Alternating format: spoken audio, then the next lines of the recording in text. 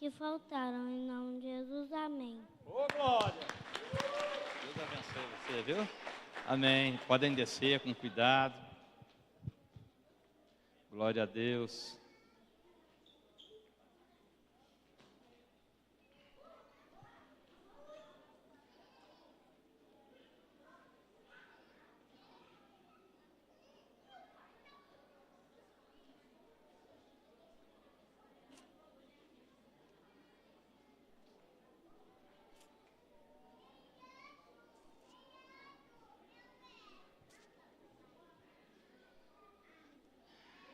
Aleluia. Glória a Deus. Como tem criança, hein, pastor?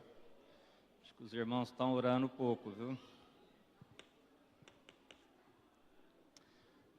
Aleluia. Amém. Irmãos, boa noite a todos, a todas, você que nos acompanha pelas redes sociais. Que Deus possa estar te abençoando, não somente hoje, mas em todos os dias, em nome de Jesus. Eu estava vendo então, aqui, prestando atenção na oração, e lembrando de uma coisa: todos os dias o Vitor ora por mim. Interessante, né? Ele vai sair lá de casa, ele vem e impõe as mãos sobre a minha cabeça e ora por mim, né? Eu me sinto tão bem com isso, sabe?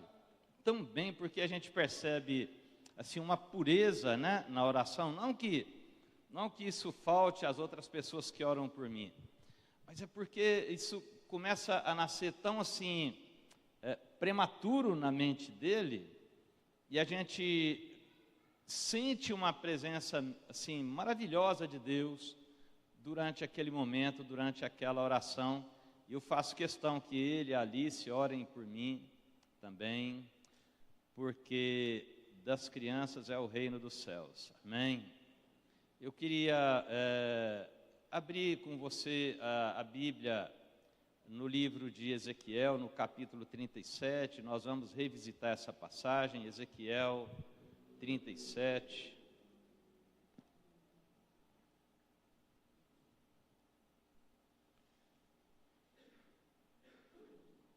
É a passagem que vai falar sobre o vale dos ossos secos.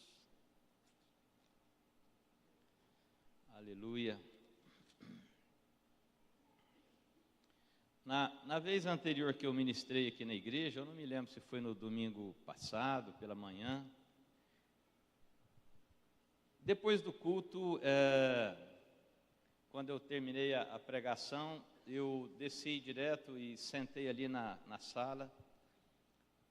Irmãos, e veio um choro muito forte em mim, muito forte. Eu sou uma pessoa emotiva.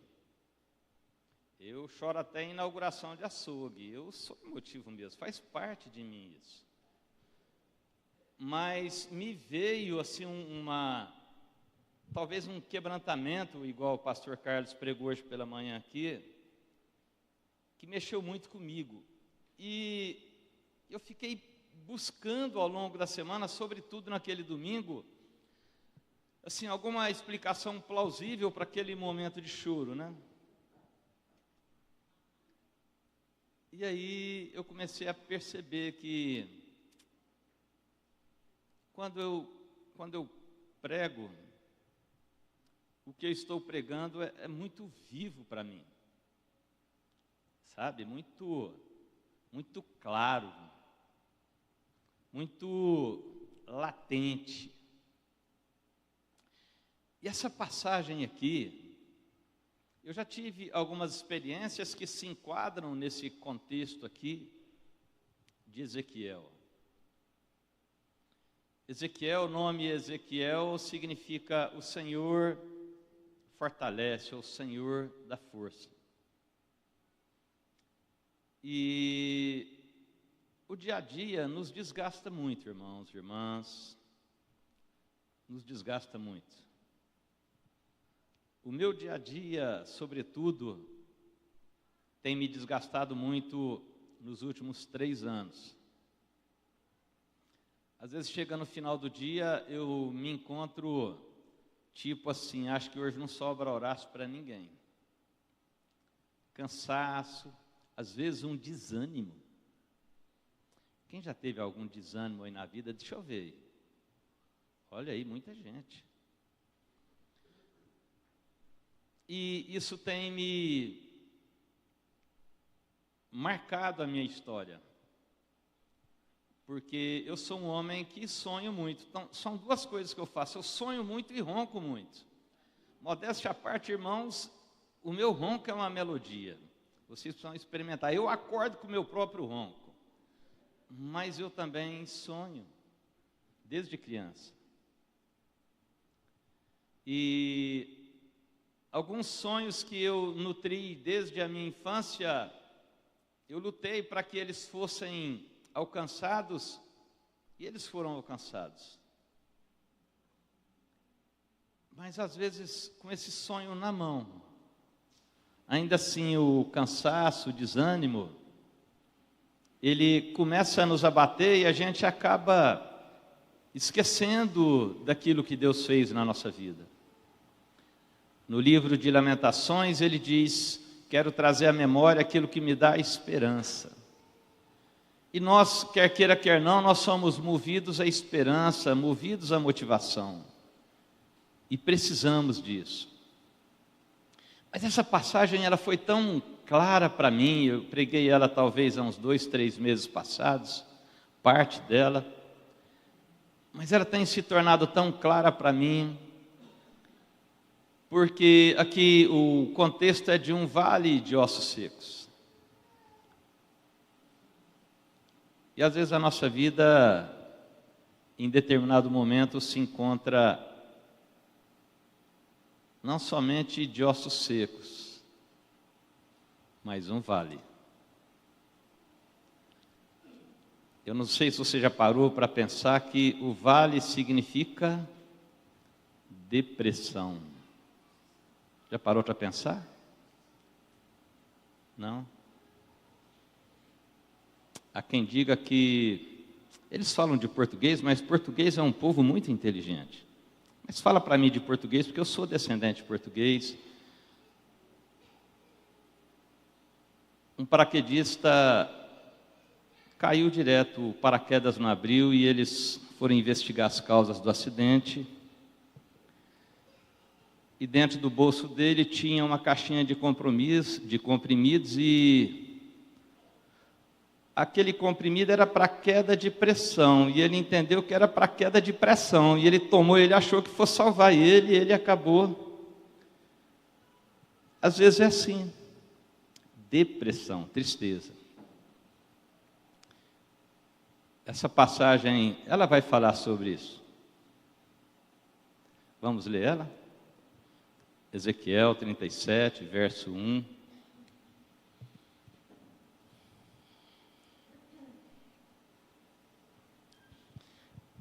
Veio sobre mim a mão do Senhor, e o Senhor me levou em espírito, e me pôs no meio de um vale que estava cheio de ossos. Essa tradução minha aqui é o meio da Revista e Corrigida, isso. Me fez andar ao redor deles, e eis que eram muito numerosos sobre a face do vale, e estavam sequíssimos. E ele me disse: filho do homem, poderão viver estes ossos? E eu disse: Senhor Jeová, tu o sabes.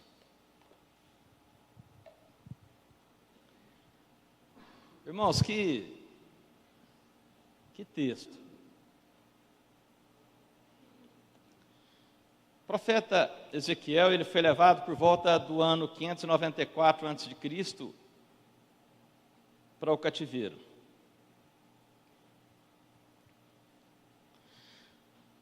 Ele está no cativeiro.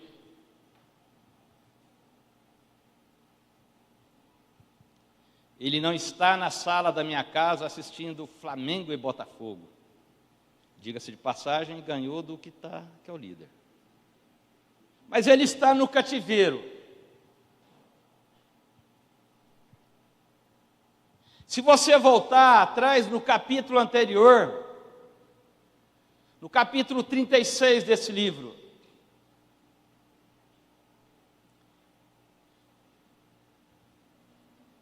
você vai ver nos versos 19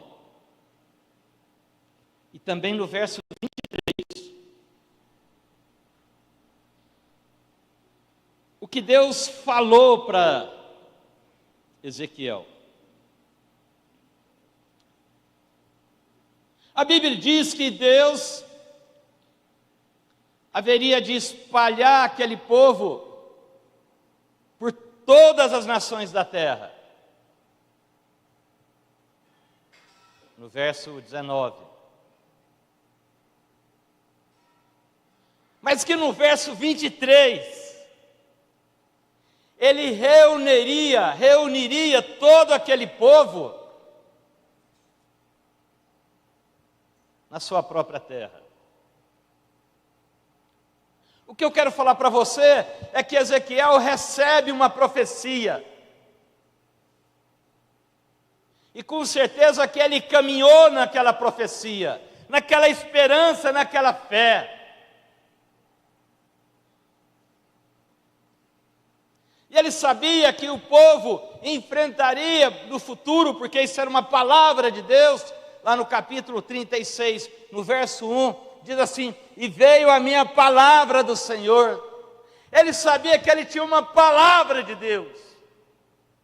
E que essa palavra, ela implicava no momento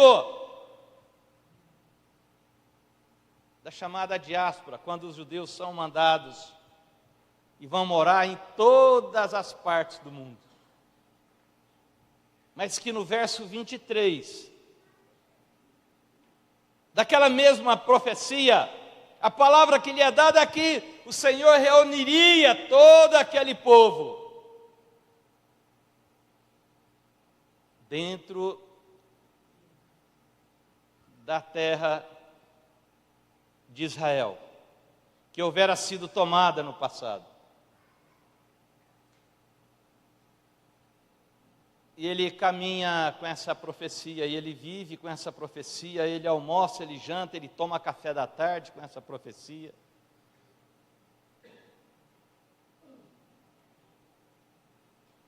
Mas agora o quadro começa a mudar.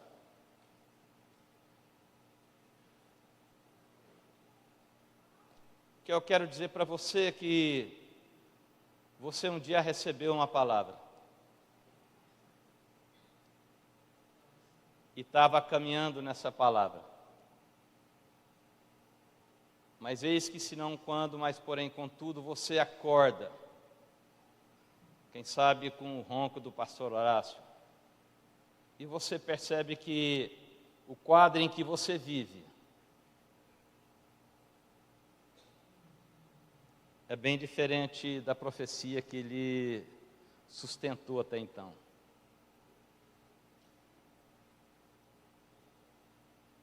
Eu não quero te perguntar se você, por acaso, teve ou está vivendo essa experiência. Mas responda para você.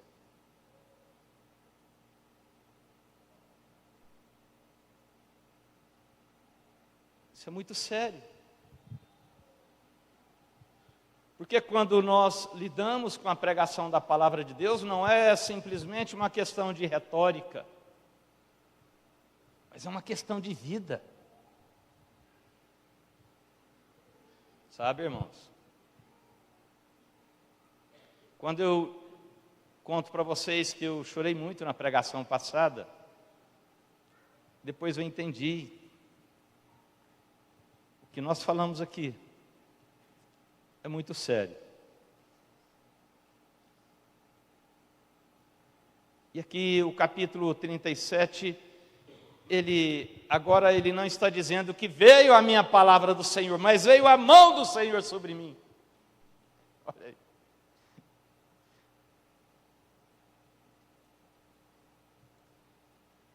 E a Bíblia diz que ele foi levado em espírito.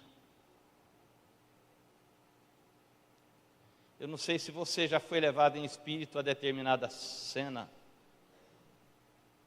para Deus te mostrar algum momento de angústia?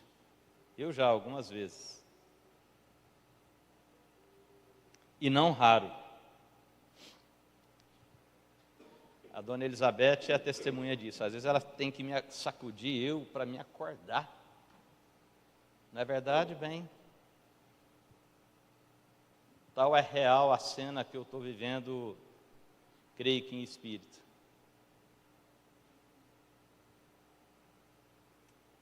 Uma coisa é a palavra, a outra é a mão de Deus.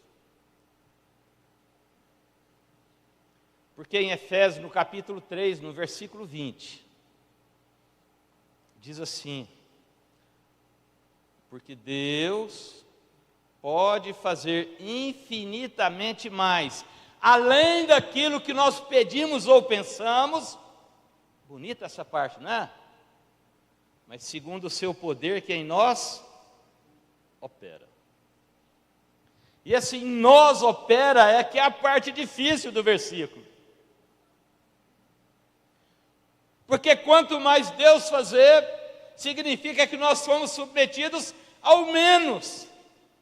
Quantos entendem o que estou falando?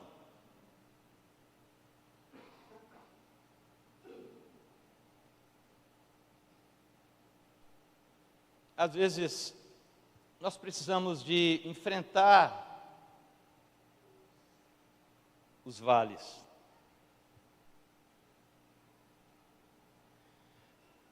Nós aprendemos muito nos vales. Porque nos vales não há produção. A vida é o que ela é.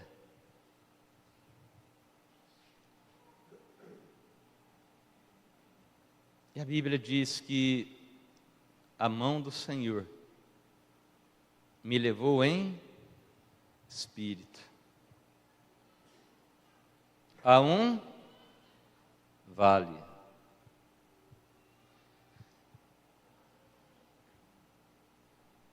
E a Bíblia diz que esse vale ele estava cheio de quê? De ossos. Ossos o quê? Secos.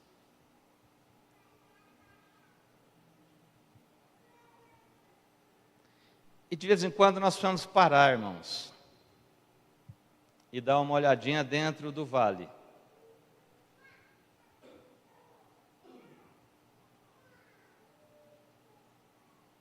Precisamos fazer isso. Sabe, porque às vezes o vale em que o Senhor me levou, Ele possa me dizer muito mais do que qualquer outra coisa. Nos vales estão registradas as nossas transgressões. Sabia disso? Estão registradas. Porque se você ler depois em casa, você pode ler o capítulo 36, você vai perceber que Israel é submetido ao exílio não por uma questão circunstancial. Não porque Vladimir Putin resolveu fazer isso. Mas a Bíblia diz que foi por conta das suas próprias atitudes. Olha o quanto isso é grave, queridos irmãos e irmãs. A Bíblia diz que Israel seria espalhado entre as nações. O principal motivo disso é porque Israel havia profanado o nome do Senhor para onde tinha ido.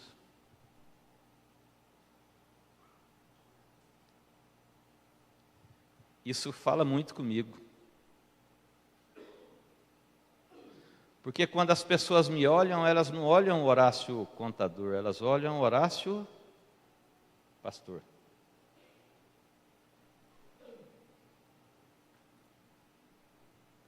Quantos entendem o que estou falando?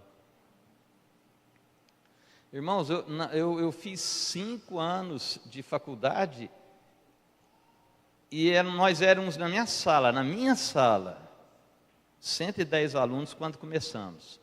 Se você procurasse pelo Horácio lá, ninguém sabia quem era o Horácio. Mas se você perguntasse pelo pastor, todo mundo sabia.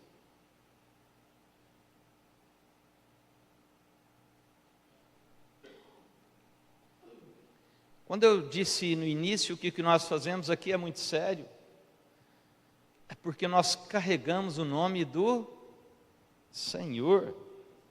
E profanar o nome do Senhor foi a causa que mudou a história da humanidade.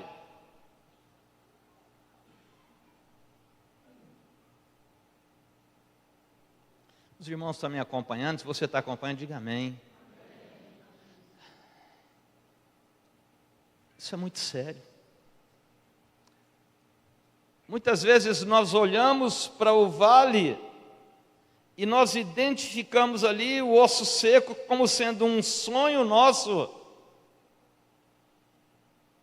que não foi realizado. Mas esse osso seco, ele pode significar também, meus irmãos,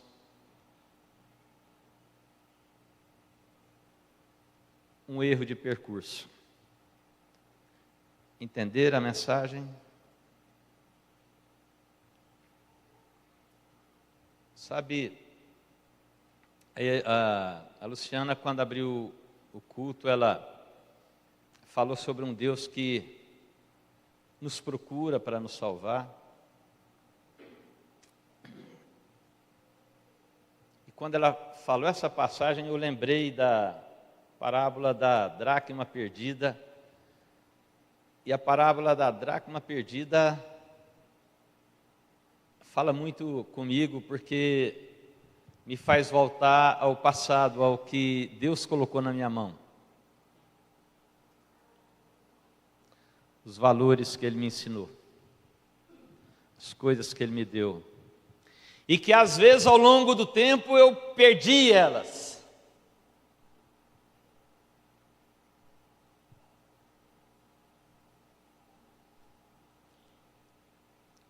Se a mão do Senhor me conduzisse nessa noite para esse vale de ossos secos, como eu poderia identificar cada um desses ossos?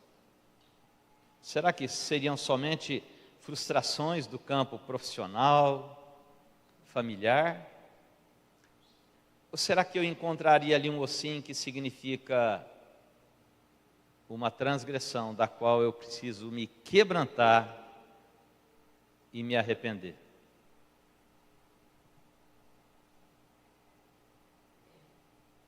Pastor Carlos citou aqui o Salmo 51, não foi isso, pastor?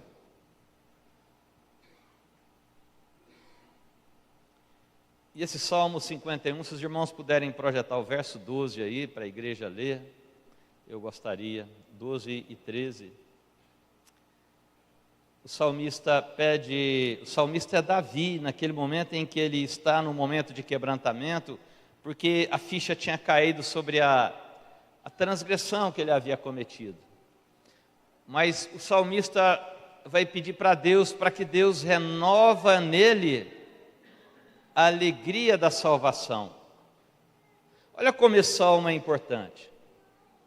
O salmista está pedindo: Senhor, renova em mim, ou restitui-me a alegria da tua salvação. Eu não sei se coloca aí para mim Salmo 51, 12. Muito importante nós lermos ela. Aleluias. Diz assim: restitui-me a alegria da tua salvação. Olha aqui no tio Horácio aqui.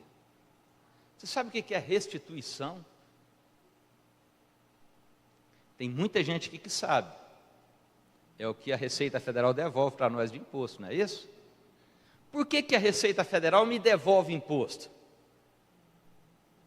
Porque eu tinha o dinheiro, Paguei a mais e agora ele me devolve. Significa que eu tive o dinheiro.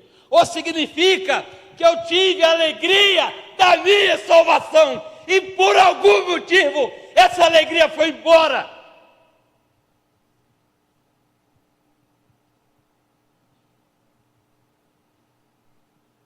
Isso é terrível na vida de um crente.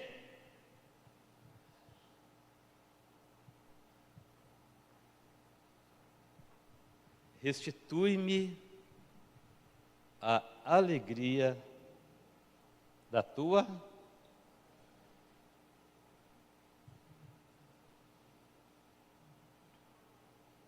porque a alegria da salvação pode ser um desses ossos. Às vezes o fato de eu saber que o Senhor me resgatou, num primeiro momento, encheu o meu coração. Eu era impetuoso, mas isso agora já não é mais tão importante para mim. Você entende o que estou falando?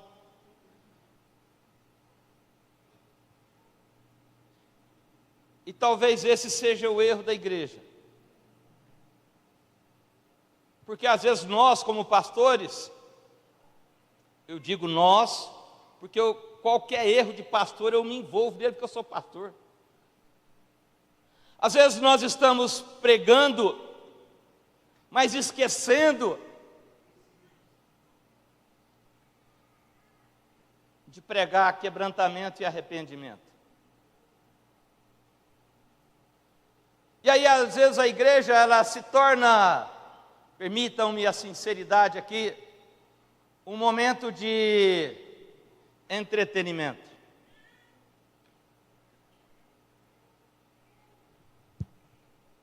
E aí a igreja vai ganhando protagonistas e vai crescendo, crescendo, crescendo, crescendo, de repente ela murcha.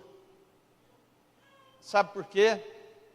Projeta o verso 13 aí desse Salmo 51, por favor.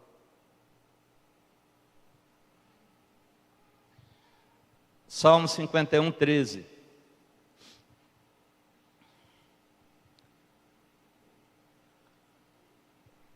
Então, ensinarei aos transgressores os teus caminhos, e os pecadores se converterão a ti. Irmãos, irmãs, igreja, entenda uma coisa aqui com o tio Horácio. Quais são as estratégias de evangelização? A estratégia não é necessariamente uma oratória descolada. Não é necessariamente uma boa capacidade retórica e conhecimento das Escrituras. Não é necessariamente uma interação com o público para gerar empatia.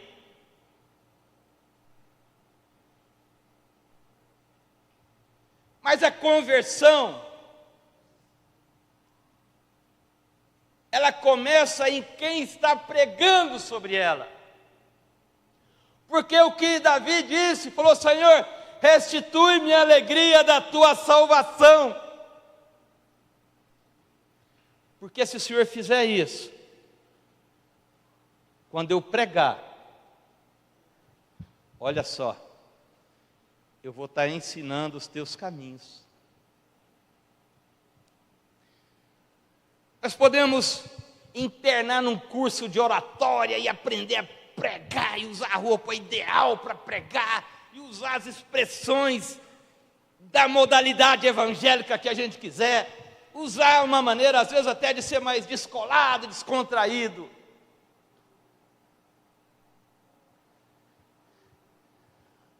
Mas isso muitas vezes não passa de um momento de entretenimento. Um evento. É muito bom quando a gente sai da igreja sorrindo. Mas muitas vezes nós temos que sair da igreja chorando. Entende o que estou falando?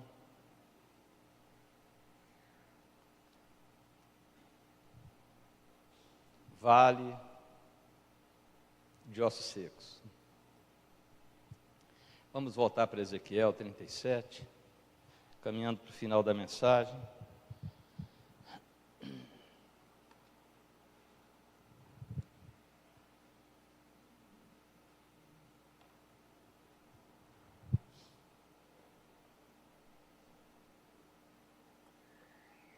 Só fechando sobre esse Salmo 51, é importante você entender que a mensagem da salvação, ela, antes de passar pela compreensão daquele que me ouve, tem que passar pela minha compreensão de que eu eventualmente possa ter perdido a alegria da salvação. Diz que um pregador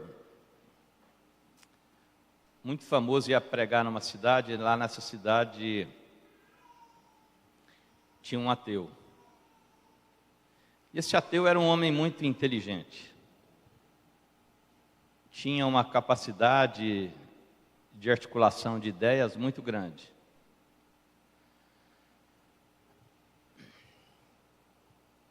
E esse ateu ficou sabendo que esse pastor ia pregar lá. E a cidade está toda movimentando para ir à igreja, e de repente esse ateu cruzou a praça para ir até essa pregação. E alguém viu que ele estava indo ver aquela pregação e falou: onde é que você vai? Ele falou: eu vou lá ver o pastor fulano de tal pregar. Ele falou assim: mas você não acredita em Deus? Ele falou assim: mas ele acredita. Estão entendendo? Às vezes nós estamos pregando coisas em que nós não cremos.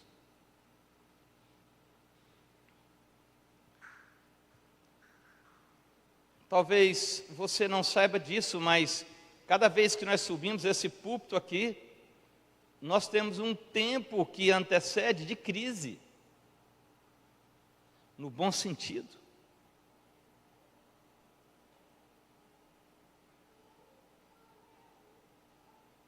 E durante toda a semana eu vivi essa crise no bom sentido. E eu acordava e eu ficava pensando, porque o Salmo 51, verso 13, ele nos deixa muito claro isso aí. Voltando então para Ezequiel 37, a Bíblia diz que Ezequiel foi levado a esse vale de ossos secos.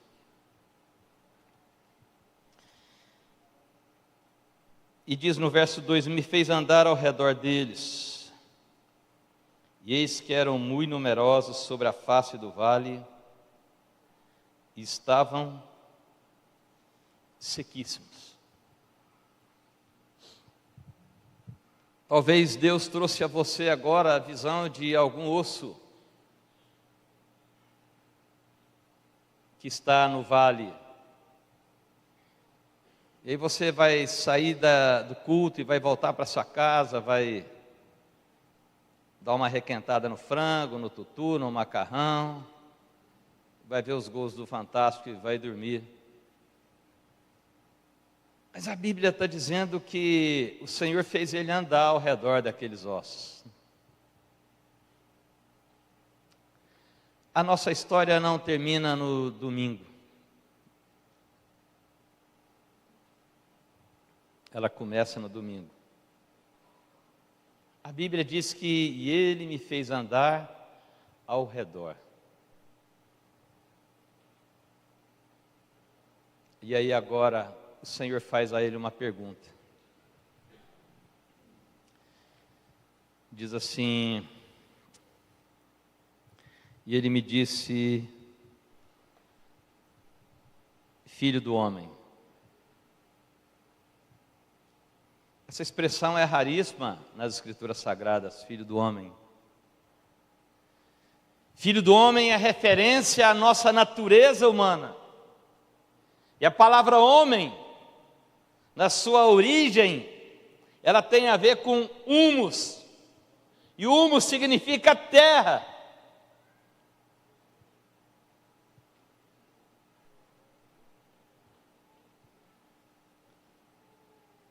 E eu não vou dar mais definições sobre terra, porque às vezes você vai ficar escandalizado. Um dos melhores adubos que existe. Mas a Bíblia diz que o Senhor então perguntou para ele: filho do homem. O pastor Carlos, no primeiro culto, falou muito sobre isso. Nós temos uma capacidade muito grande de indignar com o próximo, com o político, com o patrão, com o empregado. Mas nós não temos a capacidade de indignar com a nossa natureza de filhos do homem. Nossa natureza humana. Pastor Carlinhos falou: olha, de vez em quando eu me pego assim com alguns pensamentos, eu falo, esse pensamento é meu? Não foi isso, pastor? Estou confessando o pecado do pastor Carlos aqui para vocês, aqui em público, aqui. Vocês não estavam no culto aqui, né, pastor? Já agora. Irmãos, nós precisamos de entender, eu olho também, eu falo, gente, que coisa. Ele até falou que eu sou narcisista e tal, né? Mas, irmãos, eu olho no espelho de vez em quando e falo assim: Deus do céu, que coisa. Mas ele disse: filho do homem, poderão reviver esses ossos? E se Ezequiel fosse um pastor triunfalista, sabe aquele? Em nome de Jesus vai dar certo. Ele poderia dizer isso, não é?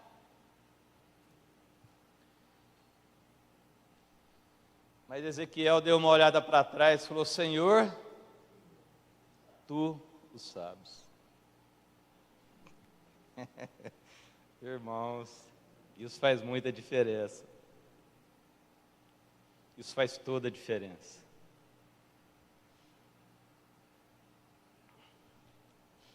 Certo dia, eu estava testemunhando isso essa semana, mas acho que eu já contei essa história aqui. Minhas histórias são todas muito repetidas. É natural isso. Mas eu estava diante de um quadro de infarte de um irmão, na época, com 36 anos de idade, na Santa Casa. E aquele homem, o médico falou para mim: olha, não conversa com ele, que ele não pode fazer força. Ele está sob efeito de muito... Como é que usa aquele remédio para tirar a dor? Morfina, não é isso? E nós não estamos conseguindo, etc, etc, etc. Em resumo, o homem estava mais para lá do que para cá. E eu, diante daquele quadro, irmãos, eu me vi tipo, já vi um padre quando vai dar extrema unção? Ele vai lá, joga aquela aguinha e encomenda. Eu falei: será que eu estou aqui para encomendar o irmão? O que eu vou fazer aqui? O quadro era extremamente grave. O irmão abriu um olho assim, olhou para mim, falou: pastor, se eu tivesse ido lá na frente, naquele dia no culto eu tinha feito o apelo. Se eu tivesse ido lá na frente, eu seria salvo, né? Que ele viu que ele estava no papo do urubu, irmãos. Ele estava comprometido mesmo. Se eu tivesse ido lá na frente, eu seria salvo, né? Irmãos, aquilo me deu uma dor tão forte no coração e uma misericórdia. Misericórdia.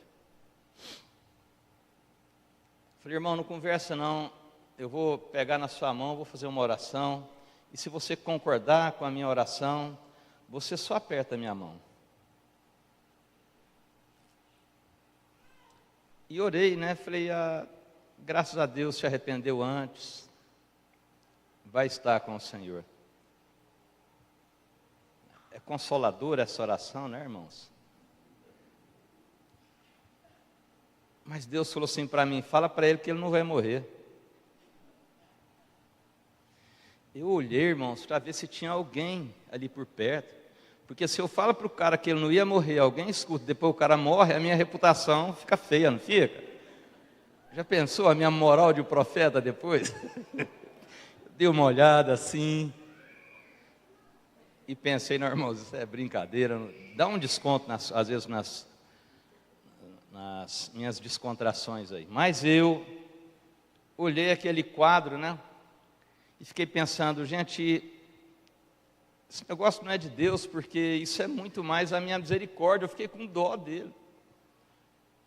Irmãos, eu fiquei com tanta dó dele. Sabe a história desse indivíduo? Ele era meu vizinho de muro. A Beth sabe de quem eu estou falando. Eu nunca tinha convidado ele para uma célula. Um dia ele chegou no muro e falou: pastor, eu posso participar dessa reunião aí? Olha só, irmão. Olha que vergonhoso isso, ter um pastor. Lembra disso? Eu posso participar dessa reunião aí? Eu pensei, não, acho que isso não é de Deus. Isso é porque, sei lá, Deus colocou misericórdia no meu coração. E fui orando. E Deus falando: fala para ele que ele não vai morrer. Eu pensei, acho que eu vou ter que falar, senão quem vai morrer aqui é eu, né? E eu falei, irmãos. Mas eu não acreditava. Eu não acreditava. Irmão, se fosse no mundo, eu teria trucado Deus naquela hora. Truco! Porque o quadro era gravíssimo. Mas Deus insistiu comigo. E eu falei para ele, Deus está te dizendo, eu deixei bem claro, não é eu não. Porque eu fiz igual o profeta aqui: Senhor, tu sabes, eu não sei. Deus está te dizendo que você não vai morrer. Irmãos, isso foi tão maravilhoso que isso era tarde da noite. Tem uma história muito longa, não vou adentrar nela. Conseguimos para ele uma UTI lá no Madrecor, em Uberlândia. Botaram ele na ambulância. Quando ele foi entrando no Madrecor, descarregando ele na maca, ele deu outra parada cardíaca.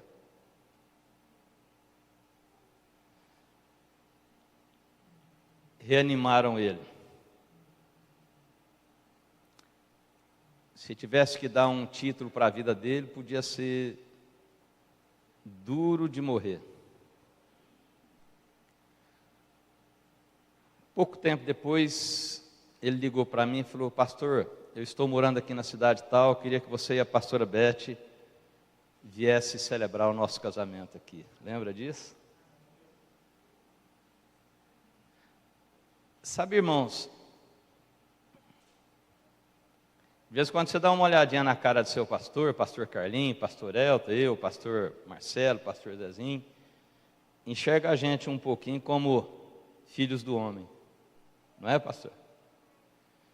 Tem hora que a gente olha e fala assim: acho que agora lá foi o boi com a corda, né?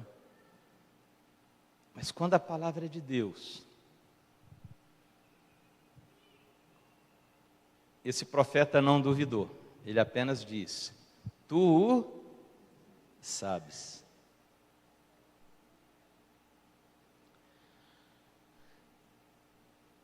E a Bíblia diz que Deus dá a ordem para o profeta, falou: olha, rapaz, então, profetiza então. E depois você pode ler a segunda carta de Pedro, no capítulo 2, no versículo 21, sobre profecia, para você firmar esse entendimento aí. A Bíblia diz que nenhuma profecia é de particular interpretação. Mas homens santos, ele está se referindo aos profetas, falaram movidos pelo Espírito de Deus. O que eu quero dizer para você? É que se há algo na sua vida que foi Deus que falou, não duvide. Vai acontecer. Mas para isso, Nessa noite, eu quero te convidar a ficar de pé.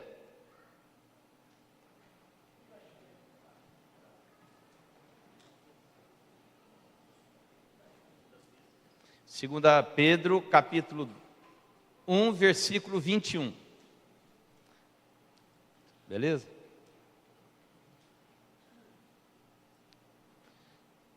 Presta atenção, igreja. Eu teria aqui muitas histórias descontraídas para contar para vocês.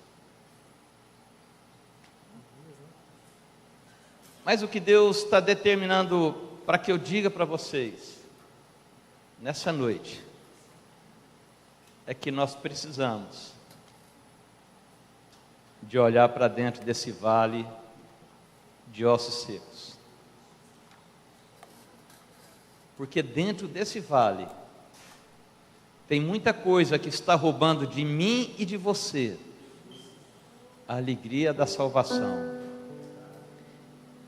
E tirando de mim e de você a alegria da salvação, nós nos tornamos inúteis no reino de Deus.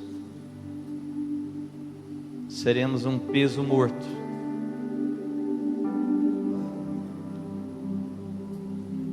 Mas essa visão, ela não pode ser uma visão momentânea, um flash. Ela tem que ser algo em que eu ando em volta dela. Porque senão eu não consigo discernir quais são os vales e quais são esses ossos. E aí a minha capacidade profética, ainda que Deus determine que eu profetize, ela se torna nula. Aí assim como eu entrei dentro desse salão, eu saio daqui e volto no próximo domingo sem nenhuma mudança. Mas quando eu entendo isso, eu olho para dentro desse vale e identifico e recebo a palavra de Deus, a história começa a mudar. Vamos olhar para dentro desse vale nessa noite, em nome de Jesus. Se os irmãos puderem cantar uma canção, para nós termos um tempo aqui de quebrantamento, de olhar. Eu não quero sair da igreja hoje rindo, não, eu quero sair chorando daqui.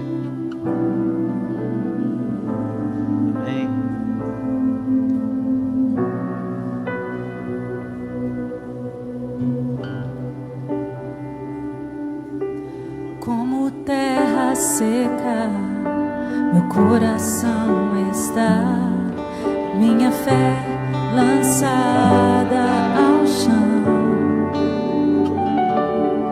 com meu coração ferido pelos pecados, deixei de olhar para ti, deixa-me ouvir tua voz de novo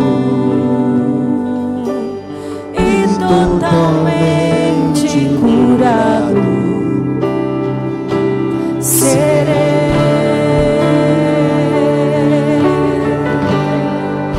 Eu escolho voltar pros teus braços de amor, o lugar onde te conheci e jamais se afastar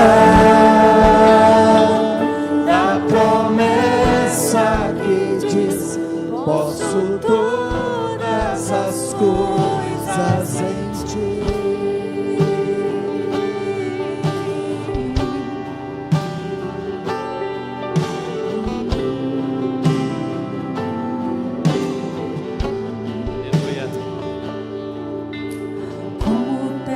Seca, meu coração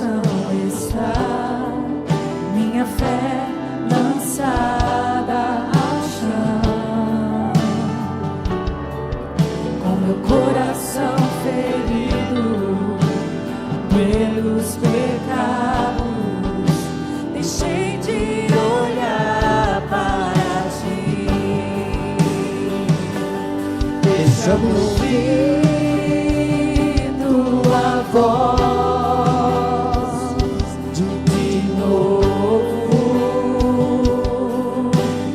e totalmente curado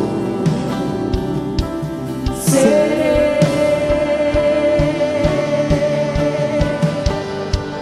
Eu escolho voltar pros teus braços de amor, o lugar onde te conheci, e jamais te afastar da promessa que diz: posso todas as coisas em ti. Aleluia.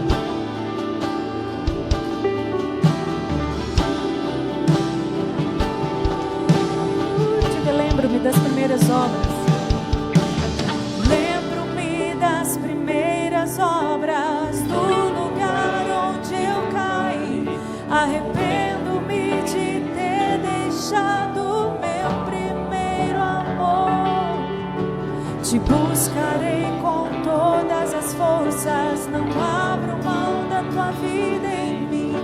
Eu volto pra ti, volto pra ti. Primeiras obras Do lugar onde eu caí, arrependo-me de ter deixado meu primeiro amor. Te buscarei com todas as forças, não abro mão da tua vida em mim. Volto pra ti, Volto pra ti. Aleluia. Queria que você colocasse a mão no seu coração. Vamos orar todos juntos como igreja. Diga comigo: Senhor Jesus, nessa noite, os meus olhos espirituais estão abertos para que eu possa enxergar dentro do vale os ossos ressequidos, mas olhar de fora do vale para o alto, para aquele que é capaz de fazer com que esses ossos sejam restaurados e ganhem uma nova estrutura, uma nova vida, porque a sua palavra diz que aquele que está em Cristo é nova criatura. E nessa noite eu faço uma aliança de estar em Cristo, andar com Cristo, aprender com Cristo, ser sustentado por Cristo, para que a minha alegria esteja sempre no Senhor e não neste mundo. Esta é a aliança.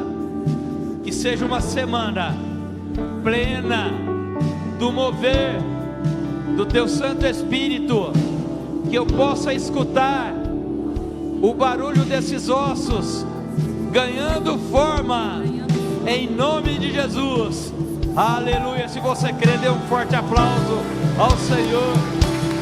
Deus abençoe a sua vida. Que a graça, o amor de Cristo possa cobrir a sua vida, a sua casa, em nome de Jesus. O Senhor te abençoe e te guarde, em nome de Jesus.